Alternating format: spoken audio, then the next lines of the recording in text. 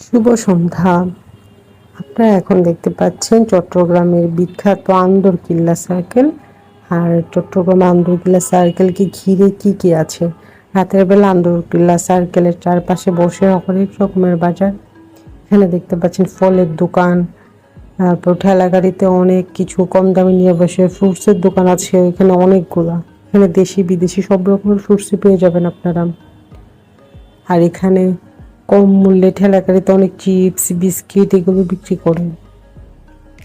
এখানেও কিছু জুতার দোকান আছে। এই পাশে আছে পেঁয়াজু, সিঙ্গারা, ফুচকা, চা। এগুলা কিন্তু সন্ধ্যাবেলা বসেছে, নর্মালি খালি থাকে রাত 12টা-1টা পর্যন্ত এই বাজারগুলো এখানে থাকে।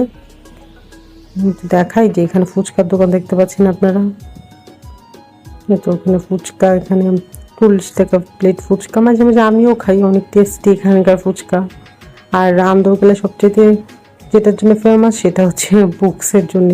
এখানে সব রকমের বই, খাতা, কলম, পেন্সিল, কালার, মানে স্কুল রিলেটেড যা আছে এভরিথিং এখানে পাবেন। Bangla medium, English medium, college সব দোকানেরই আপনারা পেয়ে যাবেন সব রকমের বই। এখানে অনেক বইয়ের দোকান আছে, আর মোটামুটি বইয়ের দোকানগুলো বিশাল বড়।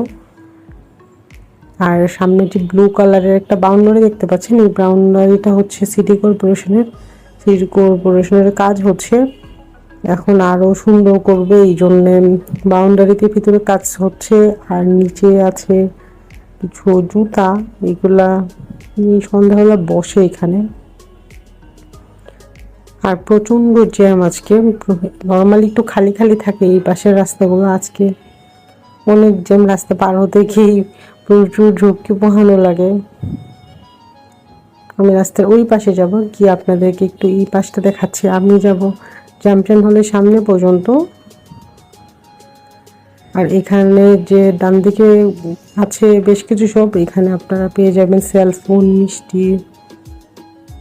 মিষ্টির 2টা দোকান আছে, একটা মিঠাই আর একটা বনফুল।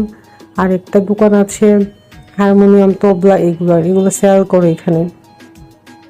আর এখান থেকে শুরু হয়ে গিয়েছে মোমিন রোড, সোজা গেলে মোমিন রোড, আর ডান দিকে গেলে কেবি আব্দুল সত্তার রোড, রহমতগঞ্জ। আর সবচেয়ে বেশি মানুষ ছিল জামশন হল বলে, সামনে 2 মিনিট হাঁটলেই জামশন হল। আমি যাচ্ছি একটু। তবে এই মুহূর্তে পূজা নেই, যখন পূজা থাকে তখন অনেক সুন্দর করে প্যান্ডেল করা থাকে। কয়েকদিন থেকে গণেশ পূজা হলো, এটার গেট। আর এখন দুর্গা পূজার জন্য সাজানো হচ্ছে। যখন দুর্গা পুজোতে সাজে তখন আপনাদেরকে আমি আবার দেখাবো। তো আজকের ভিডিও এই পর্যন্তই। আল্লাহ হাফেজ।